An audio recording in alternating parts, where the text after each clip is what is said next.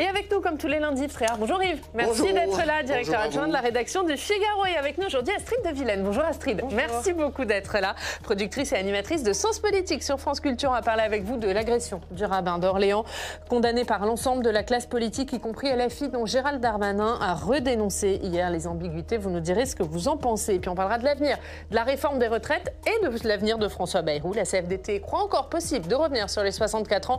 Le PS fait planer la menace de censure si ce n'est pas le cas. Vous en débattrez dans quelques instants. Alex, François Bayrou, il a franchi le cap des 100 jours à Matignon. Oui, alors que certains critiquent son immobilisme pendant ses 100 premiers jours, il a donc été obligé d'annoncer plusieurs chantiers politiques pour les prochaines semaines. On voit ça dans quelques instants. D'abord, c'est l'actualité dans nos régions.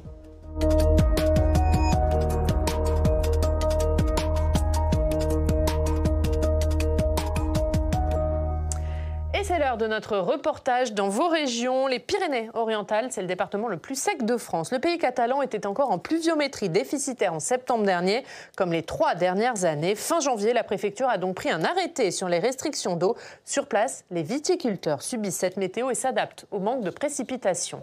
Marion Lompageux nous y emmène.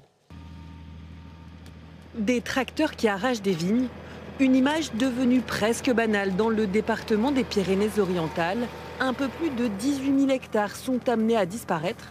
Le travail de la vigne ne paie plus dans certains secteurs. La sécheresse a fini par convaincre les vignerons d'arrêter leur activité. Ici, ce sont 9 hectares qui vont devenir des prairies sur les 16 que possède la famille. Avec la sécheresse qu'il y a dans le département, la moitié de notre propriété était déjà foutue, quoi. Les vignes étaient presque mortes. Alors, on est obligé d'arracher. Dans la vallée de l'Aspre, les cours d'eau sont à sec. Cette région porte bien son nom. Aspre signifie aride en catalan. Sur cette exploitation de 65 hectares, l'eau est un trésor. Les mauvaises herbes vont être arrachées pour que chaque goutte de pluie arrive au raisin. Une fois taillées, les sarments de vigne servent à pailler le sol et les feuilles, elles, ne sont plus coupées. Elles font de l'ombre naturellement. Mais Patrick a surtout fait le choix il y a 30 ans d'arroser 20% de ses vignes. On peut voir qu'elle souffre un petit peu moins de la sécheresse. La sécheresse aidant, on a du mal à avoir des vignes qui se développent bien. Alors en général, il faut imaginer qu'une vigne comme celle-là ici, en général, la végétation s'arrête à cette hauteur. Quand elles ne sont pas irriguées, c'est bien simple, elles sont à peu près de 40 cm de hauteur.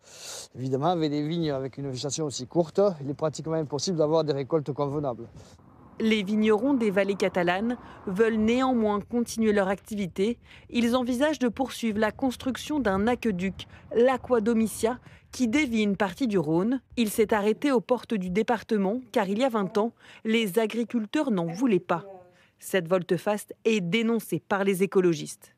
Ce qui doit nous interpeller, c'est que le débit du Rhône va baisser ces prochaines années, à l'horizon 2030-2050. On s'attend entre moins 20 et moins 60% de débit au niveau du fleuve, avec des usages qui vont également augmenter. Ces défenseurs de l'environnement prônent une évolution des pratiques, voire une réflexion sur les variétés ou les essences cultivées. Pour l'heure, le monde agricole reste attentif aux précipitations à venir. Dans la vallée de la Tête, le barrage de Vinça se remplit, une lueur d'espoir après 3 ans d'intense sécheresse. Les précipitations de cet hiver et de ce début de printemps ont permis de remplir le barrage et de lui faire jouer son rôle de stockage des eaux. Et ce sont des volumes stockés qui seront les bienvenus pour les semaines et les mois à venir. Ce sont des volumes que malheureusement nous n'avions pas à disposition l'année dernière, il y a 2 ans, à la même époque. La Chambre d'agriculture travaille sur un plan de canaux d'irrigation ou encore sur la réutilisation des eaux usées traitées pour économiser la ressource. Mais il faut apprendre à économiser l'eau. Les Pyrénées-Orientales restent sous surveillance. Tous les acteurs espèrent un printemps pluvieux. Et Astrid, on voit, les Pyrénées-Orientales, c'est un peu le symbole de ces départements qui doivent faire face à la sécheresse. Oui, je crois que c'est le département le plus sec de France, donc c'est un peu aux avant-gardes de ce qui pourrait nous arriver dans les années, les décennies à venir. Donc je pense que l'État doit vraiment être aux côtés des agriculteurs, des viticulteurs, parce que c'est une transition qui va être difficile à vivre et que sans doute on va devoir en fait changer aussi nos paysages, nos cultures et utiliser mettre maintenant des cultures qui se rapprochent presque plus des pays du Maghreb, en fait. Ouais, il y a la question des changements de culture et puis la question de la gestion de l'eau aussi. Oui, alors c'est un problème majeur. Ça, c'est un problème qui n'est pas uniquement français d'ailleurs, mais c'est un problème qui... Et là, on n'est pas du tout préparé à ça parce que on n'est pas dans une culture d'économie et de gestion rationnelle de l'eau. Donc il va falloir effectivement changer nos habitudes. Mais ça, je dirais que c'est plus de la pédagogie que c'est à l'État, effectivement, de faire la pédagogie de ça, mais pas uniquement à l'État, c'est aussi aux collectivités territoriales, c'est à chaque échelon qu'il faut intervenir, et peut-être même au niveau de l'éducation nationale. On va passer au débat d'actualité. Un suspect est en garde à vue après la violente agression samedi du rabbin d'Orléans, une agression vivement condamnée par la classe politique. Emmanuel Macron qui dénonce le poison de l'antisémitisme. Marion Delpech.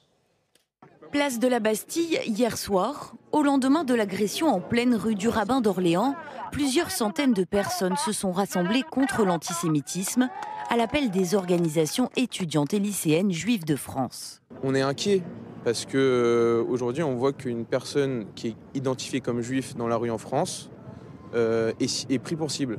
Et on se pose des questions vis-à-vis de certains partis politiques et certaines personnalités politiques qui aujourd'hui mettent concrètement des cibles sur les juifs en France. Pour le président du CRIF, le message est clair, il ne faut rien lâcher. Pour la première fois depuis la Shoah, les générations les plus jeunes ont plus de préjugés antisémites que les générations anciennes. C'est un message d'urgence. Nous devons nous mobiliser. Également présent dans ce rassemblement, l'auteur et réalisateur Johann Sfar, venu porter un message d'espoir. Un rabbin a été agressé dans la rue devant son fils de 9 ans. Il a été battu, il a été mordu. Mais la bonne nouvelle, c'est que des citoyens français sont venus l'aider. Je le dis de manière aussi simple, des citoyens français de toutes origines. Ça fait chaud au cœur de voir que la majorité silencieuse des Français est prête à se réveiller. Au-delà de la communauté juive de France, la classe politique condamne unanimement l'agression du rabbin, du Rassemblement national à la France insoumise, à commencer par le chef de l'État. L'antisémitisme est un poison. Nous ne céderons ni au silence, ni à l'inaction. Le ministre de la Justice déplore, lui, l'explosion des actes antisémites. Nos compatriotes juifs sont très menacés. Partout dans le monde et en France, bien sûr, il faut que nous les protégions. En 2024, plus de 1500 actes antisémites ont été recensés en France. Cela représente 62% des actes antireligieux. Et on le voit, Astrid, énième manifestation, malheureusement, de cet antisémitisme dans le pays. Oui, c'est toujours terrible et je trouve quand même assez positif dans cette affaire qu'il y ait des rassemblements. Ça prouve quand même qu'on ne s'habitue pas, qu'on le condamne. Tant qu'il y aura un rabbin, une personne juive dans ce pays agressée, ce sera toujours trop. Donc c'est extrêmement inquiétant, cette affaire de ce week-end. On l'a vu, Emmanuel Macron qui a très vite réagi, Yves, pour dénoncer le poison de l'antisémitisme et des condamnations dans l'ensemble de la classe politique. Oui, enfin des condamnations dans l'ensemble de la classe politique, mais il y a quand même des hommes et des femmes politiques en France qui surfent sur cette vague d'antisémitisme, qui en font un commerce électoral. C'est détestable, il faut les dénoncer, et il faut dénoncer ceux qui pactisent avec eux pour des raisons électorales. Il faut arrêter ça. Parler de la gauche. Et il faut arrêter ça, à gauche, évidemment. L'antisémitisme aujourd'hui d'extrême droite, il existe évidemment, mais c'est pas lui dont on parle. C'est un antisémitisme qui est détestable, qui est exploité par la France insoumise, par Jean-Luc Mélenchon et par ses camarades. Et ça, il faut le dire. Et on le dit pas. Et il faut le dire. Pourquoi ? Parce que on accepte ça, mais comment peut-on accepter qu'ils disent ça ? C'est absolument abject de faire ce commerce électoral. Je vous redonne la parole, Yves, mais on va écouter, puisqu'on va écouter Gérald Darmanin qui dit la même chose que vous, qui dénonce les ambiguïtés de la France insoumise. C'était hier sur BFM, et on va écouter la réponse de Mathilde Panot, la présidente du groupe LFI, qui a répondu ce matin. C'est incontestable que l'ambiguïté, pas de tous les dirigeants de la France insoumise, mais d'une partie des dirigeants de la France insoumise, est mortifère pour le bien commun, est mortifère pour notre paix publique. On a encore vu très récemment avec les affiches qui mettait certains de vos confrères journalistes. D'ailleurs, ils ont été condamnés pour cela par la justice avec une iconographie antisémite incontestable. Il y a des campagnes qui sont menées contre nous et c'est absolument indigne. Ce qui s'est passé ce samedi, partout dans le pays, ce sont des marches immenses avec des gens par centaines de milliers qui ont défilé contre tous les racismes.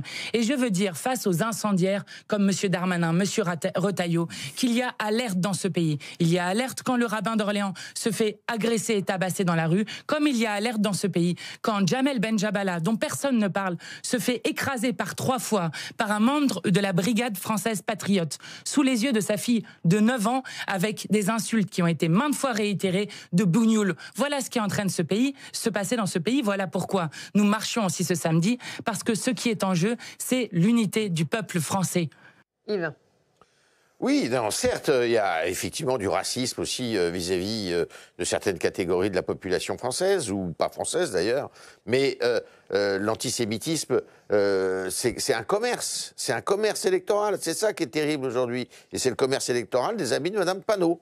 Et c'est tout à fait... Et comme quand on refuse de dénoncer le mouvement Hamas comme un mouvement terroriste, et ben c'est là que ça commence. Et ben que Mme Panot, déjà, commence par dire que le Hamas est un mouvement terroriste, et puis après, on verra. Mais qu'elle balaye devant sa porte. Astrid. En fait, ce qui est terrible, je trouve, c'est l'ambiguïté, le manque de clarté sur cette question qui ne devrait pas faire débat, qui ne devrait plus faire débat. Et donc forcément, ça attise les haines, ça presque ça les légitime, en fait, les légitimise. L'histoire de l'affiche là, de Cyril Hanouna, je trouve que leurs explications n'étaient absolument pas claires. Le fait que Jean-Luc Mélenchon ait osé dire l'antisémitisme est résiduel après le 7 octobre, alors même que ça explosait justement dans le pays, ce n'est pas tolérable. Et j'ai envie de vous dire, je pense même que c'est, au-delà d'être dangereux, ce n'est pas payant électoralement, parce que c'est vraiment prendre, je ne sais pas s'ils visent les musulmans, les gens des banlieues, mais c'est vraiment les prendre pour des idiots, quoi, comme si forcément il y avait l'importation du conflit israélo-palestinien, forcément des haines identitaires ou religieuses à attiser en France. Je pense qu'ils devraient tous relire Frantz Fanon, qui est l'une des figures de la décolonisation et qui disait à juste titre, quand on dit du mal des Juifs, dressez l'oreille, on dit du mal de vous.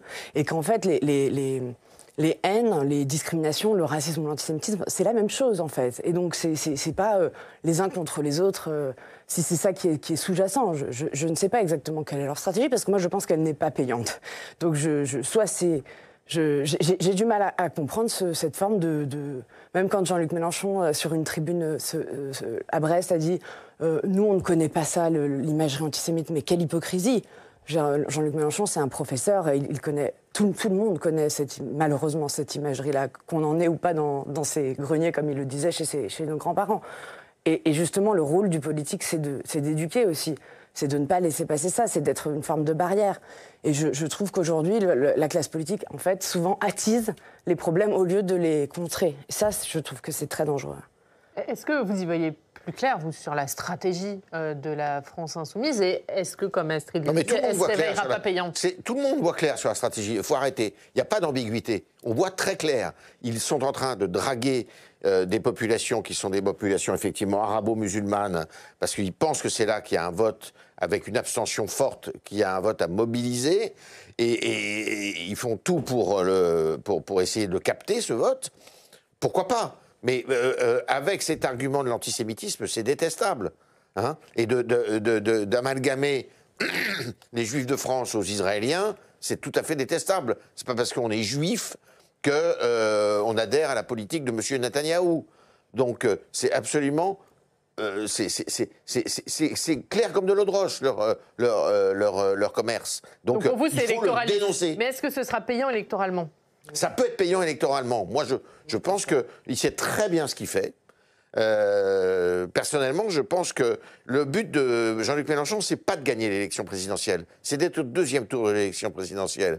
Et pour être au deuxième tour de l'élection présidentielle, eh ben, il a tout un électorat de citadins, je dirais, de gauche, boboisés, tout ce que vous voulez, mais aussi communautarisés. Et cet électorat-là, il pense qu'il peut encore le grossir. Il n'a pas tort, pas complètement tort quand on voit les chiffres. Donc, il faut se méfier. Donc pour vous, ça peut être payant? Ça peut être payant. Moi, je ne pense pas du tout. Pour les avoir beaucoup suivis, hein, les Insoumis, dans de nombreuses campagnes, notamment présidentielles, à chaque fois, ils vous disent le même discours. On va aller chercher les abstentionnistes. Et je trouve que c'est inutile. Enfin, pardon, hein, c'est très bien d'aller chercher les abstentionnistes. On devrait tous, enfin, toute la classe politique devrait le faire. Mais en fait, pour moi, s'adresser aux gens qui ne votent pas, c'est presque contre-productif d'un point de vue de la stricte stratégie électorale, hein, pas d'un point de vue civique, bien sûr.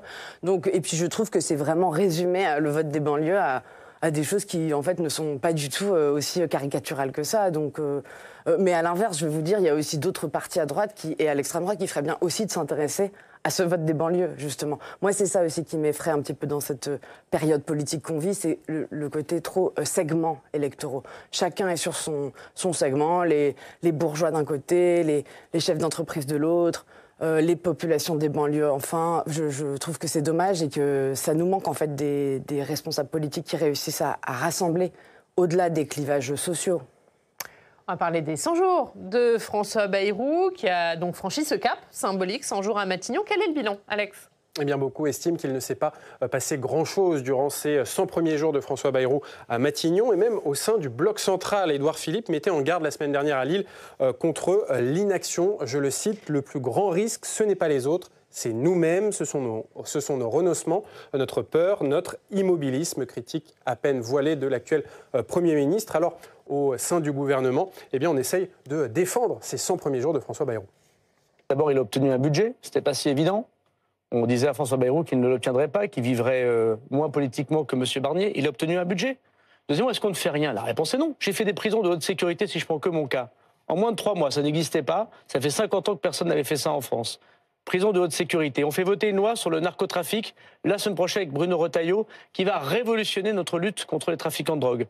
Et puis dans ces 100 premiers jours de François Bayrou, on peut citer aussi la réouverture des négociations entre partenaires sociaux sur la réforme des retraites, même si ce conclave est mal embarqué avec plusieurs syndicats qui ont déjà claqué la porte. Et on va en parler. Pour la suite, François Bayrou a annoncé 4 chantiers prioritaires. Et bien du coup, face aux critiques, il a été obligé de prendre sa plume et d'écrire aux parlementaires, aux présidents des 2 assemblées, aux présidents de groupes parlementaires pour leur préciser les contours de son action dans les prochaines semaines avec effectivement 4 priorités. D'abord, l'éducation et notamment la formation des enseignants. Ensuite, la santé. François Bayrou dit vouloir soutenir toutes les initiatives des parlementaires pour lutter contre les déserts médicaux. Le Premier ministre veut également lutter contre la bureaucratie et entend porter la loi de simplification examinée à l'Assemblée nationale le mois prochain. Et puis, toujours au mois d'avril, il annonce que se tiendra une conférence nationale des finances publiques. Objectif, associer toutes les forces politiques pour préparer les budgets de 2026. Alors voilà pour le programme. Mais en tout cas, cela ne convainc pas le Rassemblement national. Mais c'est des mots, il y a quoi derrière? Il y a quoi derrière? Il y a des sujets en tout cas. Oui, des sujets. Moi aussi, je peux faire une série de sujets la proportionnelle, sur lesquels peut-être, tout le monde sera. Alors, regardons la banque de la démocratie, ça c'est intéressant. Oui, on ne jette pas le bébé avec l'eau du bain. Si oui, François Bayrou nous dit règle de la démocratie, j'ouvre le débat. Banque de la démocratie, proportionnelle. On sera là, on sera au rendez-vous. Évidemment, on l'a toujours demandé. Et puis dans la liste de tous ces sujets prioritaires, François Bayrou a également confirmé qu'il lancerait bien un débat national sur l'identité française, mais là encore sans en préciser vraiment les contours et le calendrier. Et effectivement, 100 jours de François Bayrou, immobilisme ou action? Il a quand même réussi à faire des choses malgré une majorité très contrainte. Je trouve que dans la période qui est très difficile, sans majorité, d'instabilité, c'est difficile de dire ou immobilisme ou action. Je trouve qu'il s'en sort pas si mal. Parce que franchement, moi, je vais être très honnête avec vous, je ne pensais pas qu'il passerait ce printemps. Je pensais qu'il ne passerait pas l'hiver et qu'il tomberait comme son prédécesseur Michel Barnier. Il fait passer un budget, c'est vrai que c'était quand même pas si simple, sans majorité. Rappelons que François Bayrou est ses députés MoDem à l'Assemblée, ils sont une trentaine. C'est quand même rien du tout. Il a échappé à 5 ou 6 motions de censure. Malgré toutes ces gaffes, cette polémique sur Betaram, le cyclone Chido à Mayotte, où finalement il dit qu'il va aller à Pau pour parler du retour du cumul des mandats, la loi LPM, la loi Paris-Lyon-Marseille, qui pensait remettre au goût du jour. Enfin, au début, on y voyait vraiment très peu clair, à part du François Bayrou vraiment dans le texte, mais vous voyez, on se demandait un peu où ça allait. Et ben, je trouve que finalement, il s'en sort pas si mal, même sur ce conclave des retraites qu'il a lui-même... Moi, j'y ai jamais vraiment cru au mois de janvier, quand il a dit qu'il ferait ça. Je trouve que le PS est rentré dans le piège de manière, à mon avis, assez lucide. Il y a une forme de jeu de dupe dans cette affaire, mais quand même, les syndicats, les principaux syndicats qui claquent la porte, il est toujours là.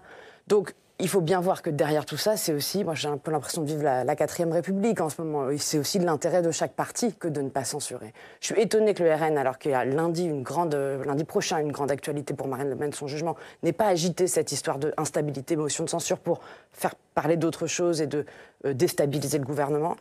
Je comprends la stratégie du Parti socialiste parce qu'en fait, il n'y a plus de plan B derrière. En fait, ils se disent, si Bayrou tombe, qu'est-ce qui va se passer? Et là, il peut y avoir une présidentielle anticipée, ils ne sont pas prêts.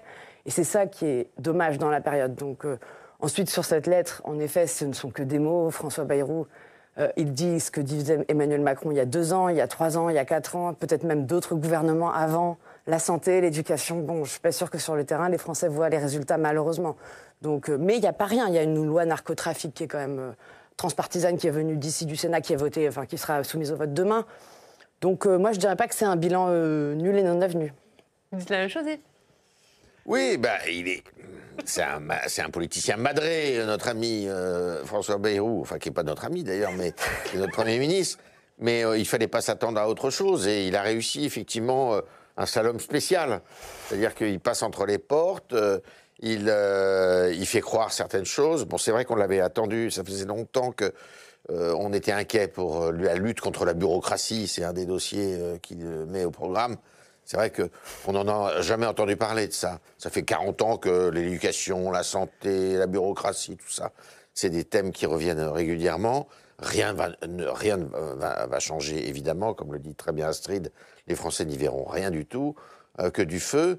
Mais ça occupe le terrain. Alors, il y a cette loi contre le narcotrafic, mais elle aurait eu lieu même sans lui, quoi. C'est pas le problème. Il a un mérite, c'est qu'il a fait passer le budget.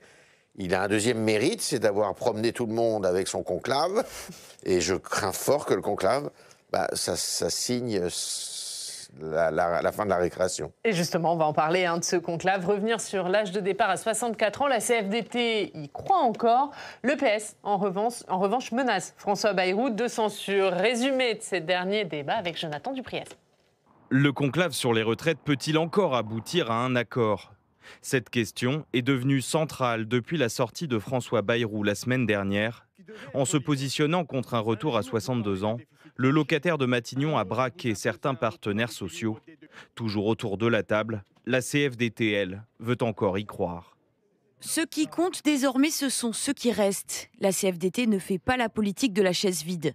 Arrêtons le vaudeville et entrons dans le vif du sujet. Revenir sur l'âge de 64 ans reste un objectif pour la CFDT. Sauf que l'affaire se complique politiquement.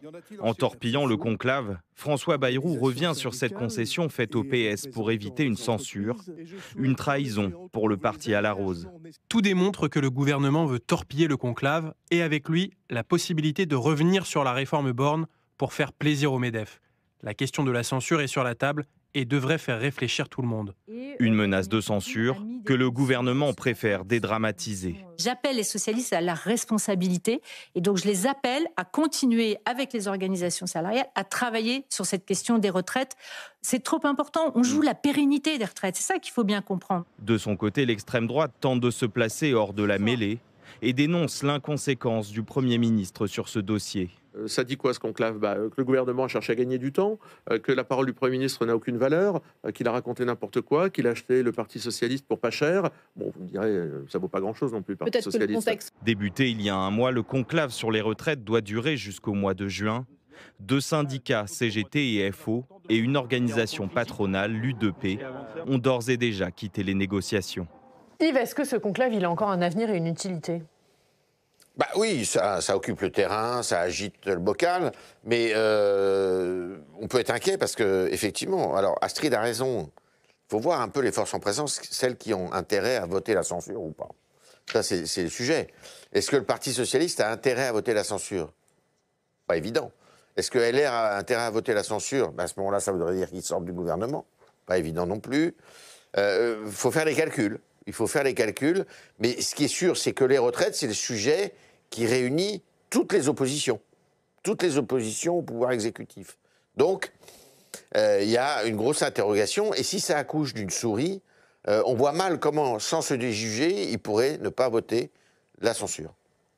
Astrid, il est en sursis, François Bayrou, sur cette question des retraites, où il joue plutôt bien en gagnant du temps. On voit la CFDT, pour le moment, n'est pas prête à quitter le conclave. Oui, mais bon, ça reste un syndicat le plus important. Mais quand même, moi, je trouve que depuis le début, ce conclave, il est presque mort-né, sans être désagréable.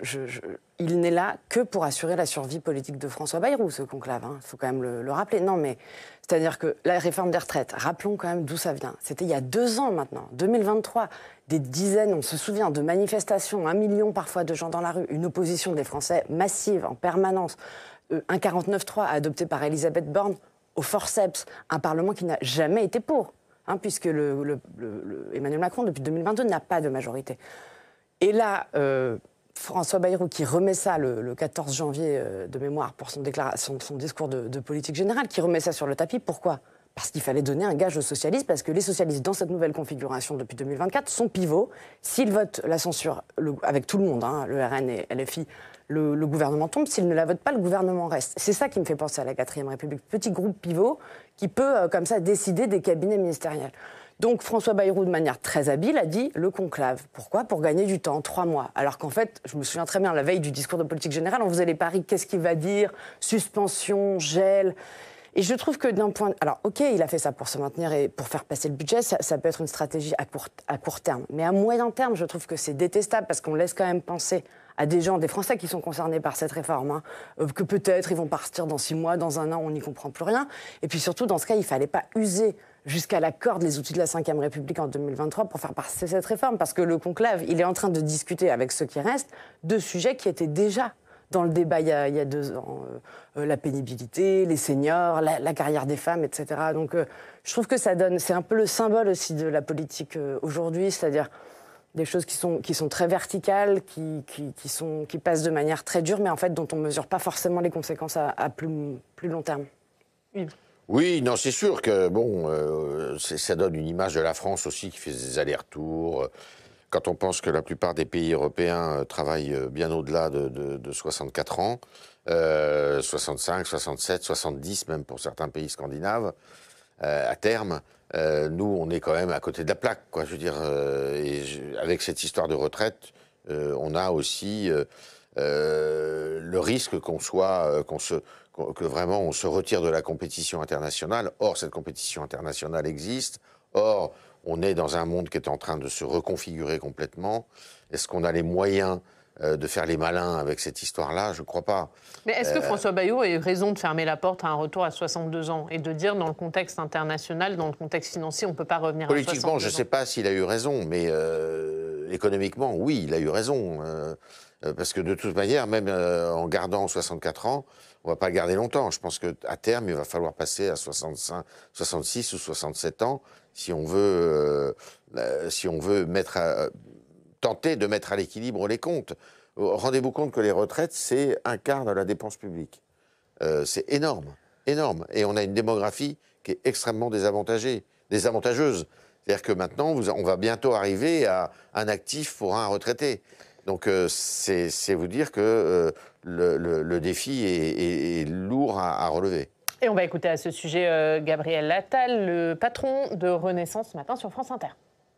Moi, ce que je constate, c'est qu'une majorité de partenaires sociaux sont autour de la table, qui ne se cachent pas derrière cette espèce de totem des 62 ans. J'ajoute qu'on peut aussi étendre les sujets sur lesquels ce conclave est amené à se prononcer. Je parlais à l'instant de la proposition qu'on va faire pour détaxer le travail. Je pense que c'est un sujet dont les partenaires sociaux peuvent s'emparer. J'ai fait la proposition aussi qu'on fasse évoluer notre système de retraite vers la capitalisation. Je pense que ça peut être un sujet dont le conclave s'empare. Et enfin, je pense qu'on ne parle pas suffisamment en France de l'organisation du travail, du sens au travail, de la qualité de vie au travail. Est-ce que le débat va s'élargir? Alors la capitalisation, Gabriel Attal en parle ce matin, Gérald Darmanin en a parlé hier. C'est un sujet qui va monter au sein de la majorité? Enfin, de la majorité qui n'a pas de majorité. Ouais. Donc, du camp présidentiel, on va dire. Et puis, pardon, mais ce débat, la capitalisation, ça fait quand même longtemps qu'on en parle, mais surtout sur le bien-être au travail, le travail. Gabriel Attal, quand il était Premier ministre, Elisabeth Borne, quand elle était Première ministre, tous voulaient parler du travail, d'une nouvelle forme du travail après le Covid, et on ne l'a jamais vu. Et là, la situation est encore plus bloquée qu'avant. Donc non, moi je pense que malgré tout, ce qu'a dit Édouard Philippe il y a quelques jours sur il ne va rien se passer pendant 2 ans, on n'y est on n'en est pas loin, hein, avec toutes les réserves qu'on a dit tout à l'heure, mais on ne va pas commencer à mettre des grands chantiers comme ça. Donc je trouve qu'il y a un peu d'hypocrisie quand même dans cette histoire, de faire comme si tout allait bien, tout était normal, alors qu'en fait on joue à la petite semaine quand même là en ce moment. Hein. Merci à tous les deux. Vous voulez conclure, Yves ? Non, c'est sûr que l'histoire des retraites, ça risque de se rejouer à l'occasion de l'élection présidentielle. Et même avant, on sent que le débat, va continuer. Merci. Attention aux promesses, parce que beaucoup de gens promettent qu'on va tout changer sur les retraites, et puis arrivent au pouvoir et regardent les comptes, et puis c'est pas exactement la même chose d'un coup. Vous restez avec nous, on regarde ce qu'il y a à la une de la presse régionale.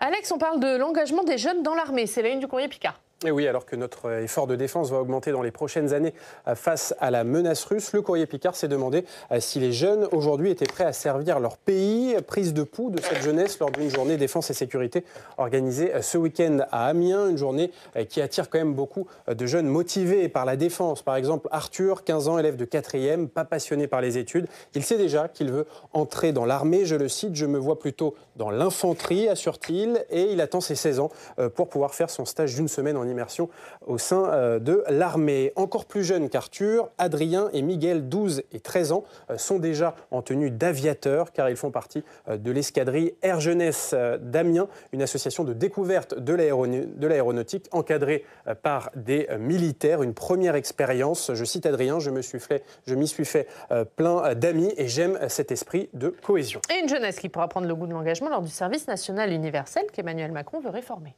Et oui, le président de la République ne veut pas de retour du service militaire obligatoire, mais il a annoncé vouloir refondre le SNU, le service national universel, qui était une de ses promesses de campagne de 2017, mise en place à partir de 2019. Il veut que ce SNU corresponde davantage à la nouvelle priorité de défense. Alors le journal d'Alsace a voulu savoir où en était ce SNU. En Alsace, il concerne 500 jeunes par an et les journalistes de l'Alsace ont suivi un séjour de cohésion du SNU d'une semaine dans un centre de vacances dans la vallée de Münster. Et pour l'un des encadrants, un militaire retraité, je le cite, c'est le meilleur d'une colonie de vacances et du service militaire, une sorte d'entre-deux. Mais selon lui, si le président de la République cherche des jeunes réservistes au sein du SNU, eh bien il se trompe complètement de profil. Les gendarmes ont la côte sur les réseaux. Et oui, le journal L'Ardennais nous apprend que la nouvelle star du département des Ardennes est un gendarme. Il s'appelle Oscar, gendarme de la caserne de Givet. Et en accord avec sa hiérarchie, il a réalisé une vidéo avec son collègue où il se met en scène dans différents lieux de son territoire, comme par exemple devant les grottes de Nichet. Et cette vidéo, eh bien, elle a récolté plus de 600 000 vues sur les réseaux sociaux. Il est donc devenu la mascotte de sa caserne de gendarmerie. Et il est plutôt content du résultat au-delà de sa nouvelle notoriété. J'ai montré les Ardennes et les beautés de mon territoire. C'est plutôt positif pour ma commune. Allez, on termine par les municipales. Scrutin en jeu. Oui, car nous sommes à un an des élections municipales avec des enjeux décryptés, on le voit tous les jours dans la presse régionale, comme à la une du Berry Républicain ou comme à la une du journal Corse Matin qui dresse cette semaine un état des lieux des 7 communes de Corse où il y a un fort enjeu lors des municipales. Et cette série, elle commence par la ville de Bastia qui est aux mains des nationalistes. C'est un peu le laboratoire municipal du parti nationaliste FEMU à Corsica qui dirige maintenant la collectivité de Corse. Mais pour l'instant, ce parti n'est pas encore en ordre de bataille et ne sait même pas s'il va reconduire la candidature du maire actuel de Bastia, Pierre Savelli. Merci beaucoup Alex, merci beaucoup Astrid d'avoir été avec nous et merci beaucoup Yves. On regarde la une du Figaro. Affaires et politique, l'activisme de Musk réveille les oppositions. Merci beaucoup d'avoir été avec nous. À 18h, vous avez rendez-vous avec Thomas Hutt pour Sens Public. On se retrouve demain.